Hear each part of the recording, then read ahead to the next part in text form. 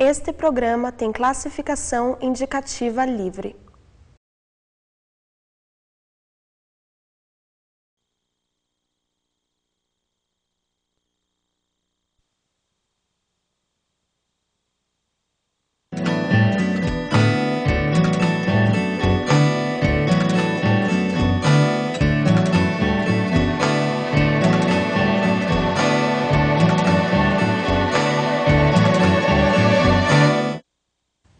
Olá, começamos agora mais um encontro com a tranquilidade financeira, programa Trocando em Miúdos, o espaço reservado pela UFPR-TV e pelo DAGA, Departamento de Administração, para nós conversarmos sobre finanças pessoais. No programa passado, continuamos a conversar sobre valor e hoje vamos falar sobre valor e preço. Se você não lembra os nossos conceitos de valor, acesse a internet, clique no programa Trocando em Miúdos e reveja nossos conceitos e nossos exemplos. O valor e o preço estão muito relacionados porque depois que a empresa calcula os seus custos de produção, ela pode, a partir daquele custo de produção, cobrar um preço. E qual é este preço que ela vai cobrar? É o quanto nós que estamos comprando esse produto podemos, queremos e nos sujeitamos a pagar.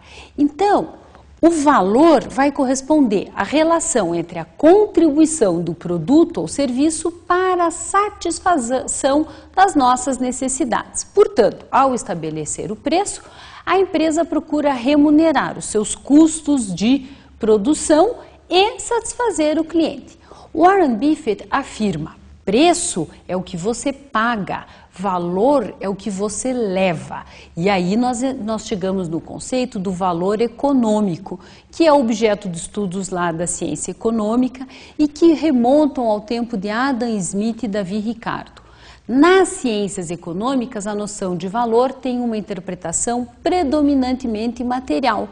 E então, Smith, que propõe que a análise do valor como habilidade intrínseca de um produto oferecer alguma utilidade funcional, vai estabelecer então que o preço é aquilo que as pessoas estão dispostas a pagar para satisfazer essa necessidade.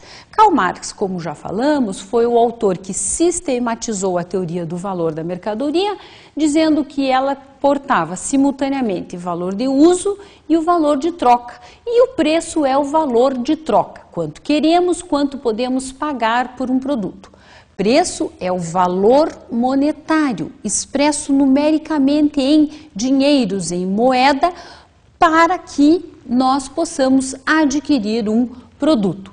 Se nós nos sujeitamos a pagar esse preço porque um produto tem um determinado valor, é o valor de uso. Agora, como é que nós vamos calcular quanto pagar por um produto? E aí nós temos que nos socorrer em Marx, que diz que o valor de troca é o tempo de trabalho socialmente necessário para produzir uma mercadoria, que vai nos levar à teoria do valor-trabalho. Simplificando um pouco, o preço de um produto carrega dentro desse produto todo o trabalho para fabricar esse produto. Lembra do nosso exemplo do automóvel? Por que o automóvel no Brasil é mais caro do que no exterior? Veja, quantas pessoas têm que trabalhar para fabricar um automóvel? Desde a extração do minério de ferro até a fabricação das chapas de aço, desde o projeto do veículo até todo o pessoal de venda nas concessionárias. O custo desse pessoal todo, incluindo a turma do imposto, é que vai estabelecer o preço. O problema é que, para Marx, aqueles que não trabalharam diretamente na fabricação do produto, mas são os donos da empresa, ou seja, os donos do capital, os donos da fábrica de automóvel, pagam menos para o trabalho das pessoas que estão lá realmente fabricando o veículo, porque querem uma margem no processo. Em finanças pessoais, isso está duplamente relacionado. Um está relacionado aos nossos salários e dois está relacionado ao preço do veículo. Se o dono da fábrica quer uma margem muito grande, ele cobra um preço maior. Ou se ele tiver, ao contrário, se ele diminuísse essa sua margem, o preço poderia ser menor. Será que os donos não poderiam abrir mão de parcela dos seus ganhos? Essas são reflexões sobre valor e sobre o preço. Ou ainda, será que o governo também não está se apropriando demais de parte do nosso salário? Afinal, se os impostos fossem menores, os preços poderiam ser mais baixos ou nós poderíamos ganhar mais. Então, vamos voltar ao caso do Brasil com carros mais caros que nos Estados Unidos. Lá, o trabalho é mais caro do que aqui. Então, onde é que está o problema? O imposto, realmente. O imposto aqui é mais caro. O trabalho lá é mais caro, as pessoas ganham mais, só que os impostos lá são menores. Mais um fator para encarecer o veículo aqui. A margem do dono da fábrica, né, que não é um dono, né, são vários sócios e acionistas das empresas, é também maior no Brasil. Por isso que o preço dos automóveis no Brasil acaba sendo maior que o preço nos automóveis nos Estados Unidos.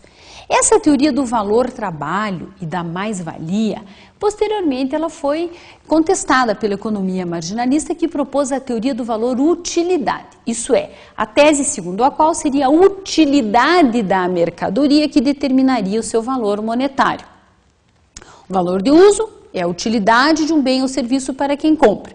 Se o bem for muito útil, vai ter muito valor, a pessoa está mais disposta a pagar sobre um preço maior para ter esse produto. Lembra aquele nosso exemplo da casa própria que a gente deveria escrever no anúncio do aluguel da nossa casa? A gente comprou a nossa casa, vai alugar a anterior. Rede de internet instalada, TV a cabo funcionando, aquecedor de gás revisto e funcionando. Por quê? Porque isso tem uma utilidade que a gente só enxerga na hora que vai providenciar a sua instalação. Então, quando a gente não consegue instalar, fica privado do uso da internet, da TV a cabo e do banho de água quente, é que a gente enxerga a utilidade e daí a gente enxerga o valor. E aí nós nos sujeitamos a pagar um pouco mais por esse apartamento que já tem todas essas benfeitorias. E não pense que somos só nós que fazemos uso dessa noção de valor e preço. O marketing tenta mostrar várias utilidades do produto para nos convencer a comprá-lo.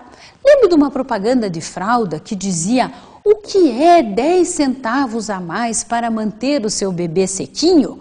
O que eles estão dizendo? Olha, paga um pouco mais caro, mas seu nenê não vai chorar de noite. Qual é a mãe que não quer que o seu bebê chore de noite? Quer fugir do tormento que é levantar à noite para atender nenê chorando. Então a fralda vai lá e vê uma outra utilidade, que é a mãe não levantar à noite para atender o seu nenê chorando. E aí, esse é um argumento. Existem muitos outros argumentos das empresas para conseguir vantagem sobre os seus concorrentes. Porque não dá para cobrar R$1 mais caro a fralda, tem que ser 10 centavos. Porque senão o nenê que fique meio molhadinho, nós vamos comprar a fralda mais barata. Isso tudo está ligado à percepção das pessoas de valor e de preço. E o marketing, então, se esforça para mostrar, olha, isso aqui é mais caro, mas é melhor.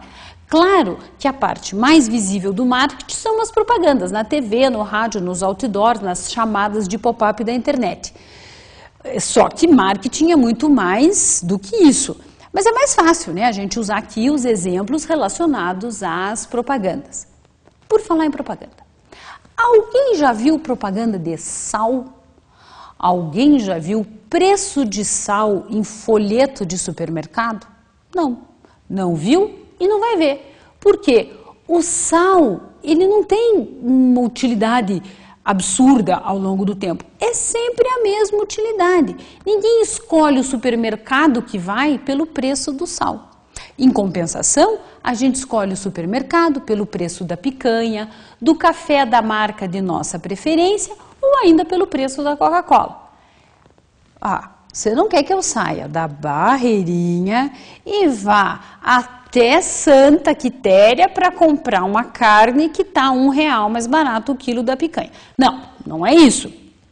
Agora, existem alguns produtos que chamam a atenção do cliente. A picanha, o sabão, aquele sabão ovo, algumas marcas de café e de refrigerante fazem com que você troque o supermercado A pelo supermercado B na mesma área de influência. Então, veja, a gente corre atrás de preços mais baratos quando o produto tem muito valor para nós. O conceito de valor surge da relação entre a satisfação das nossas necessidades e os recursos necessários para eu comprar aqueles produtos que vão satisfazer minhas necessidades. E nem sempre isso vem quantificado. Às vezes isso não é nem percebido. Por exemplo, quanto você pagaria por uma noite na balada? Nada. Detesto balada. Mas e os seus filhos e netos? Pagam caro a entrada na balada porque a festa tem um valor enorme para eles. Qual é o valor de uma boa babá para os seus filhos e netos? Inestimável. Só que nós contratamos a moça pagando o salário mínimo regional ou um pouco mais. O preço dos serviços domésticos é bem evidente, porque é difícil a gente mensurar. Algumas mulheres não sobrevivem sem alguém ajudando no serviço da casa, então pagam melhor aquelas pessoas que trabalham com elas. Outras que não se incomodam com o serviço ou até gostam de cozinhar, gostam de fazer arrumação, então elas não se sujeitam à lei da oferta e da procura das domésticas, diaristas e faxineiras que cada vez estão cobrando um pouco mais caro. É fácil a gente ver qual é o preço, difícil é mensurar o valor disso. Repetindo, preço é o que você paga, valor é o que você leva.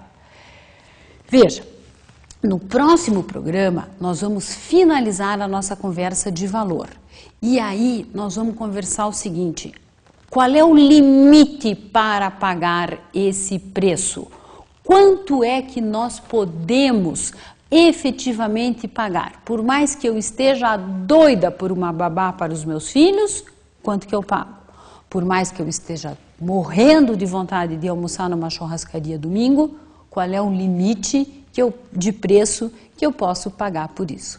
Fique rico, fique conosco.